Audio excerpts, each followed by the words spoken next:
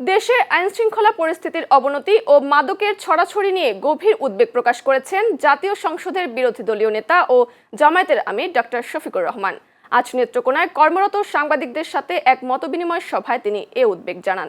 Doctor Shafiqur Rahman দাবি করেন, দেশের মাদকের সবচেয়ে বড় চালান আসে স্বরাষ্ট্রমন্ত্রীর বাড়ির এলাকা থেকে। তাই মাদক নির্মূল করতে হলে প্রথমে স্বরাষ্ট্রমন্ত্রীর বাড়িতেই অভিযান চালানো উচিত। সরকারি উন্নয়ন কর্মকাণ্ডের সমালোচনা করে তিনি বলেন, উন্নয়ন কাজ প্রথম ৯ মাস গুইসাপের গতিতে চললেও শেষ ৩ মাস চলে রকেটের গতিতে। পরে তিনি নেত্রকোনা জেলা জামায়াতের আয়োজিত রোকন সম্মেলনের অংশ নিয়ে দলীয় ও সাংগঠনিক কার্যক্রম নিয়ে মতবিনিময় করেন।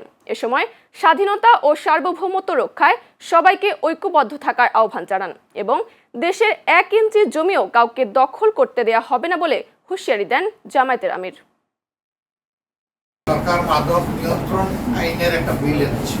আমাদের দায়িত্ব, আমাদের দাবি নিয়ন্ত্রণ নয়, মাদক নিয়ন্ত্রণের মানে হচ্ছে কিছু থাকবে চেপে রাখা। আমরা ওটা চাচ্ছি না, আমরা চাচ্ছি এটা একদম শেষ হয়ে যাবে। আমরা সেটা নির্মূলের পক্ষে, আমরা সেই বক্তব্য ইনশাল্লাহ সংসদে রাখবো। কি হবে সেটা বক্তব্যের পরে দেখা যাবে, কিন্তু আমরা বক্তব্য রাখার ক্ষেত্রে কারো চোখের দিকে, মনের দিকে তাকাই আমরা বক্তব্য রাখবো না, আমরা জাতির দিকে তাকাই বক্তব্য রাখবো। এখানে অনেকে বলছেন কিশোররা নষ্ট হয়ে যাচ্ছে, আমি তো দেখি অনেক বুড়ারও নষ্ট হয়ে যাচ্ছে। এই মাদকের সাথে এখন তো শুধু কিশোর নেই, এটার ব্যাপকতা এখন আর কোনো বয়স মানে না, বয়স সীমা অতিক্রম করে অন্য জায়গায় চলে গেছে।